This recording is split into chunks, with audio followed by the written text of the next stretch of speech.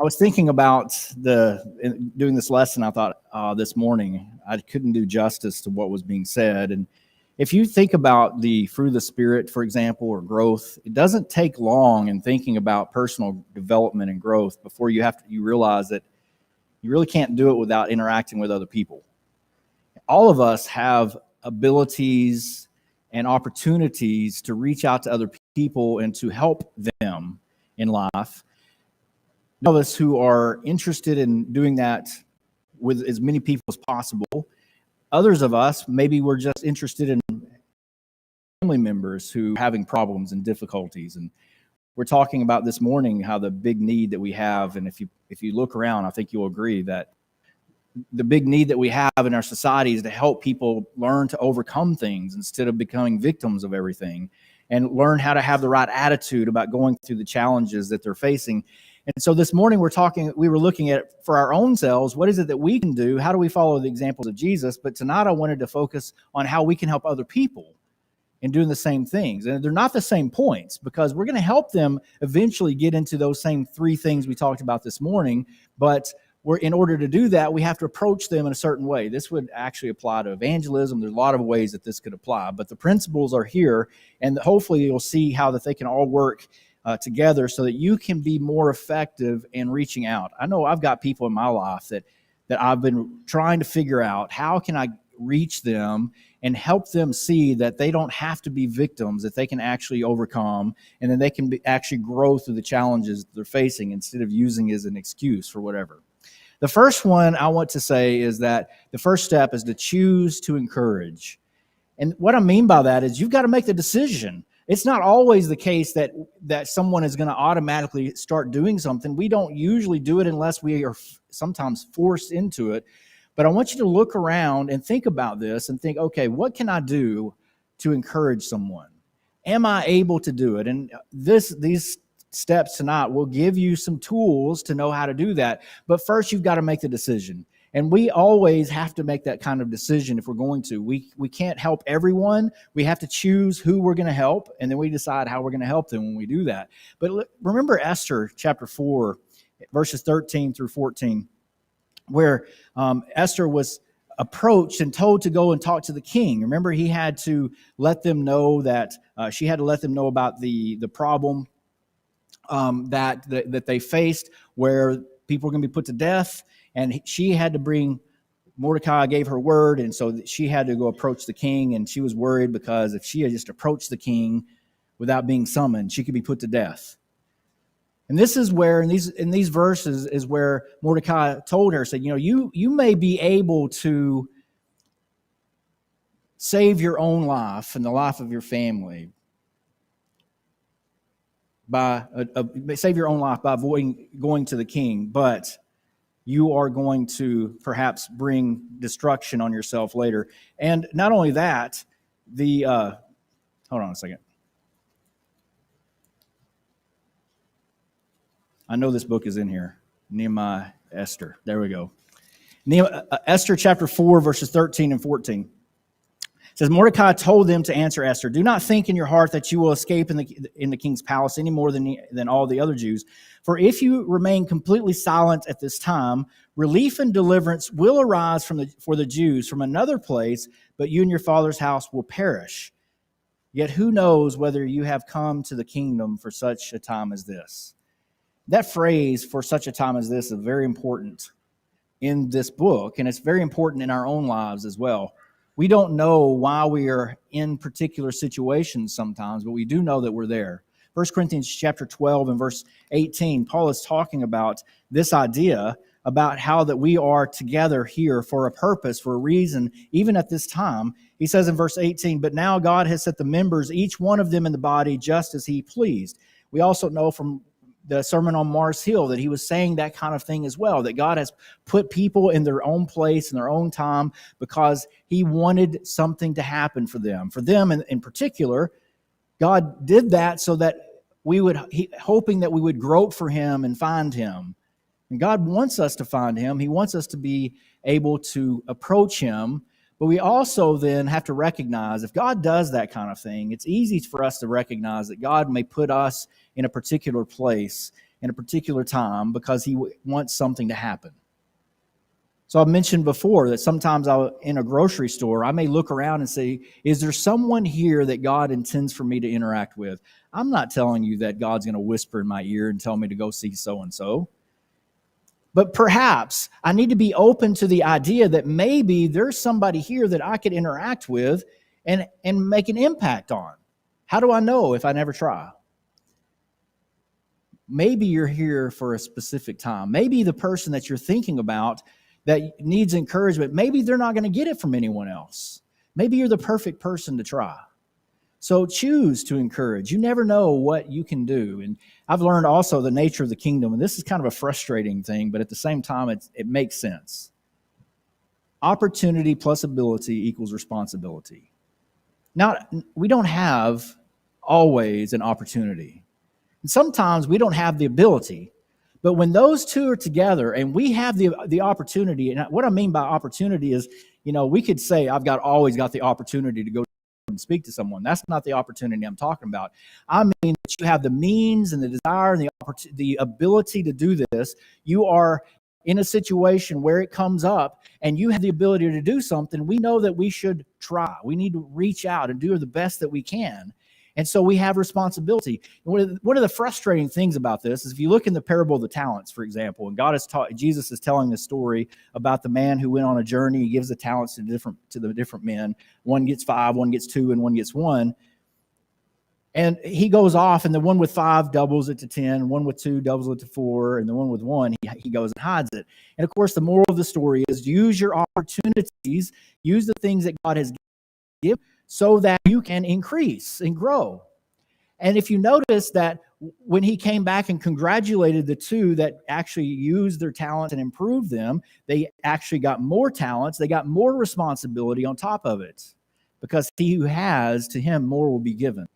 So the more you grow, when you grow into a better understanding and more ability in helping someone, if you do this, you actually get better at it. And then what happens is when you get better at it, lo and behold, you get more opportunities. When you get better at that, you get even more opportunities. But ability and opportunity is responsibility. My father-in-law was an EMT, and he did that part-time. He was a preacher, but he'd also do EMT work. And it's amazing that almost every trip he went on, he ran across someone in a car wreck. I've never run across somebody in a car. I've seen them, the after effects, but I'm talking about he would come up on them right after they happened, and he could help, and he would get out and help. But it happened frequently. I thought, he didn't think anything of it. I thought it was odd. How many times have you run across a car accident when it just happened? I've never seen one. And I'm so glad, because you know what I would do? Nothing. I would just keep driving. I have no idea what I'd do. The closest I got was a man who actually fell off his bike on the side of a road. I didn't know what to do with him either.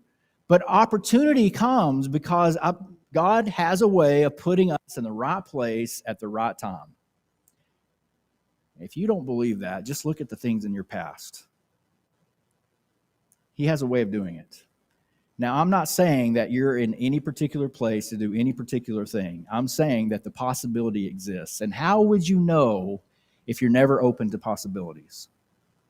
So choose to encourage. And maybe it's that you've got family members who you've kind of avoided the topic. Maybe it's something that you could do to bring up to help them. The second one would be to help identify problems. Easy to criticize, and it's easy, sometimes fun to criticize people. But what I'm talking about here is you sit down with someone and help them identify the issue that they're facing. Because when you clearly identify the problem, you can fix it. The situation, though, it may be that some people don't understand actually the problem that they're having. You may not understand it either. You may assume it, but you may not understand it. But when you sit down with them and ask them questions, say, let's get to the bottom of this. I'm concerned. What's going on? Ask questions. Help them. There are leading questions that you can ask. For example, why? Why are you doing this? Why is this important to you? These kinds of questions that are leading questions can draw them out and help them to understand what they're going through. Because without understanding the problem, you're never going to understand the solution. In Proverbs chapter 27, in verse 6. It says, faithful are the wounds of a friend, but the kisses of an enemy are deceitful. Now, there's several ways you could take this verse, but look at the parallel. This is actually a contrasting parallel. Faithful are the wounds of a friend, but the kisses of an enemy are deceitful. In other words, we may give people kisses. We may congratulate them. We may say great things to them. We may make them feel good. That would be kind of a kiss. It helps them. It makes them feel really good. But he says that's the kisses of an enemy if we're ignoring the first part of this. Faithful are the wounds of a friend. Sometimes a friend say, so you want to be careful with that. You want to say it in the right frame, in the right context. The worst time to do that, I've learned, is when you're in a group and you're talking to someone and you think you want to say something, is to say it right then. Say it privately in a conversation that is designed to make them feel comfortable and realize that you're not attacking them. But don't be afraid to say the word. Timothy chapter 4 and verse 2 says to preach the word, be instant in season and out of season. Reprove, rebuke, and exhort. And sometimes that means that we say things that are uncomfortable. Like I said, it doesn't have to be mean, but it can be uncomfortable. And so you've got to have the willingness to bring it up and help them to see the truth. I don't recommend you necessarily sit down with someone and say, I think you're a victim. We need to address this. I think you need to deal with the problem that they're facing and what it is they're trying to escape from, what it is they're being victimized by, and say, how can we fix this? Because what they have done mostly is backed their hands up, backed off from that, and said, I can't do anything about it. There's nothing that I can do to help the situation. I'm just going to just quit or give up. Sometimes people quit church because something comes up and they can't handle it and they don't know how to fix it, and they can find, you go visit some people who haven't been to church in a while, and they can give you a whole list of reasons why they can't come. And most of it is because of the people. I'll just be honest. Most of it's because you guys. And that doesn't mean that you guys did anything or that I did anything. It's that they saw something, they wanted to feel slighted, and so now they've got reason after reason after reason why they shouldn't be here because they've been treated this way or that way or this way. Well, what do you do to fix that? You address it. You talk to them. What's the problem? What are you dealing with? How are you dealing with this? Someone said something to you that you don't like. Are you just going to assume that they meant it in a bad way, or are you going to actually talk to them about it? See, you're helping them by identifying problems that's going on in their lives. Another one thing is to refuse to do what they can do for themselves. When you're helping someone, especially with this, there's a lot of times people will put on you burdens that they should be doing themselves. They want you to fix it for them. You sit down with them and talk, and you're talking about difficulties and problems, and so they have a problem with someone. And one of the things that you might encounter that sometimes happens a lot is they'll want you to go talk to them and fix the problem.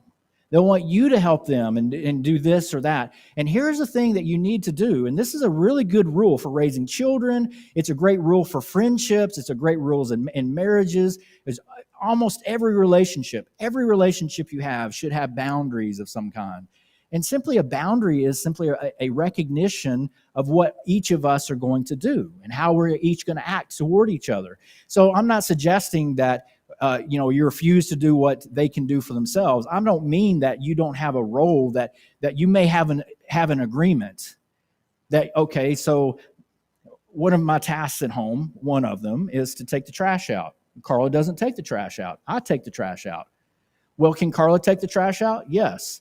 But that doesn't mean that I'm going to back up and say, well, you can take the trash out. I'm not going to do it for you. Well, it's my trash too, right? We've sat down and discussed these things, so we have boundaries. We know what we're supposed to be doing. That's not what I'm talking about. But if someone is putting on something on you that they should be doing themselves, you can't do that for them because you're going to stunt their growth. You're going to do it for them. And this is one of the problems that we see in parenting, where parents will do everything for their children. They won't force the children to learn anything because it's easier if I just do it myself. I mean, you tell your child to clean a room, it might take 6 hours, where it might take you 20 minutes, right? Well, if you go in there and clean their room in 20 minutes, guess what they're going to do next time? You're going to be cleaning it again. They're never going to learn how to do it, that lesson. So refuse to do things for them that they can do for themselves. You know, in dealing with people, for example, with people who are caught up in addictions and things like this is big. They will want you to fix their problems, but you can't. You have to let them fix their problems. And this is a turning point in a lot of times, in a lot of places, a lot of relationships, when you start to realize these people don't really want to change. They want everyone to do the work for them. But hopefully they'll come to the point, you can encourage them to the point where they will make the decisions for themselves. Galatians chapter 6 and verse 2, we have these kind of verses 2 and verse 5, kind of contradictory verses, but they're not contradictory. In Galatians chapter 6 and verse 2, he says that we should carry one another's burdens, that we bear one another's burdens. And then in verse 5, he says, but each one should carry his own load. You know, we help people carry burdens. We don't carry them for them. We help them along, but we let them do the work and we pull them along. You have too many other problems to be bearing their burdens and carrying all their loads. You let them carry their loads, but you encourage them. You walk with them. You help them when they can't help themselves. Now, there's a big difference between helping someone who is helpless and helping someone who thinks they're helpless. Refuse to do what they can do for themselves, and then encourage personal growth. Hebrews chapter 12, verses 12 and 13. Therefore, strengthen the hands which hang down and the feeble knees, and make straight paths for your feet, so that what is lame may not be dislocated, but rather healed. We need to be people who are bringing peace to other people. We encourage them to grow. And sometimes that I talk about that too much. But we all, as Christians, have the responsibility of personal growth. As humans, we have the responsibility for personal growth. And we ought to be encouraging other people to do that as well. And it's frustrating, believe me. And if you've tried, you know exactly what I'm talking about. It's frustrating, but we are in the people business. We are helping people. And when we help people, when you help people, you have to realize that it doesn't always work out step by step by step by step. Their journey is never this, it's this.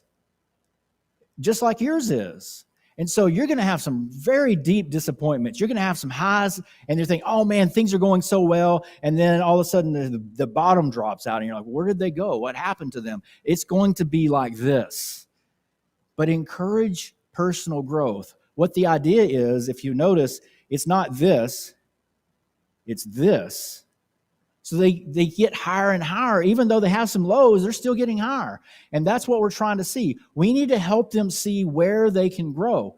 And the only way you can do that is to sit down with them and have some discussions and talk to them honestly and say, listen, here are some areas I think that you can grow. Or maybe you don't even have to say it that way. Just give them an idea. So talking to a friend recently, something came up and I said, have you thought about thinking of it this way? And they started thinking of it that way and it helped. It doesn't have to be a strict lesson. We don't have an hour Bible study to teach you an idea. But we just offer things to help where we can. We help them see where they grow. We also give them reasons to grow. You know, the Bible tells us a lot of places where we can grow. And it gives us a lot of reasons to grow. Doesn't it? Constantly motivating us. Why? Because we're human beings and we need that. And you can be a Bible for someone else. You can help them. And also, you can help them by celebrating their progress and their victories. You know, I get very excited when I see people progressing. It's exciting. It's very exciting. What is more exciting to me is when they realize that they're progressing. That's when you jump up and down, and that's when you give them the high five. That's when you really go overboard celebrating, because it's not always easy to see, and you want to encourage that. And so when you see it, you try your best to reach out and go a little overboard. show them, help them see the progress that they're making. That is so important. And when you do that, then you're going to encourage them to grow even more. Everyone likes to win. Everyone likes to do good at stuff. And when you help them see that they're doing well in the growth, they'll want to keep doing it. But if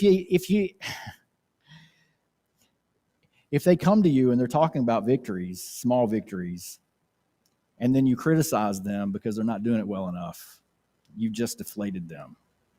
Why would they want to grow if everything they try, every time they win, they're shut down? So if there's something else that needs to be discussed, talk about it later. But celebrate the victories for now, encourage them, and go back later and say, you know what? I bet you next time you could have even better success if you would, but do it later. So encourage personal growth. The fifth one then is to bring them to God. And obviously you're going to start with this at number one. You want to talk about God. You want to bring them completely back to this, constantly bringing them back to God. We're not into humanism or anything like this. We're talking to people about what God says. 2 Peter chapter 1 and verse 3 says he has given us all things that pertain to life and godliness. If you believe that he has given you all things that pertain to life and godliness, surely you can do that with someone else. You may not know where it fits. You may not know exactly how to approach it, but here's one thing I love to say. I don't know maybe the answers to your life, but I do know the Bible does. Get into the Word and study it. Encourage them. Encourage them to look at their situation and to embrace it, as I talked about this morning. To look at their situation and behave wisely in their trials. To make the right decisions and to focus where they need to focus. This is where you introduce that idea, those concepts to them. When you've built them up and you're sitting down with them, you're showing them a game plan. Let's create a game plan for what we can do to get the most out of what you're going through. I think most people would love to have some idea of what they can get from a bad situation. I'll tell you what, it's not always easy to figure that out. You may not be able to. But working together, you might come up with some ideas of things that they would know. In fact, I would ask them that question. What do you think could come from this? What's the possibilities? Let them daydream a little bit about what is possible. And I think that we can really go a long way with it. And the number 6 is don't give up. Well, this is a tough one. Now, I recognize that sometimes people give up, and you have not much of a choice but to just turn away. But always keep them in the back of your mind, so to speak, so that you're ready to take them back in as soon as they start back up again. Because, as I said before, it's this. If you're dealing with an addict, man, you're going to have to start over so many times. That's the way it works. You're not going to find... Most people are not going to wake up one day, they've been drinking for 20 years. They're not going to wake up one day, say, I'm done, and never touch it again. There are a rare number of people that can do that. Man, very disappointing. They keep hitting it. They keep going back to it. They leave it and go back to it. Finally, they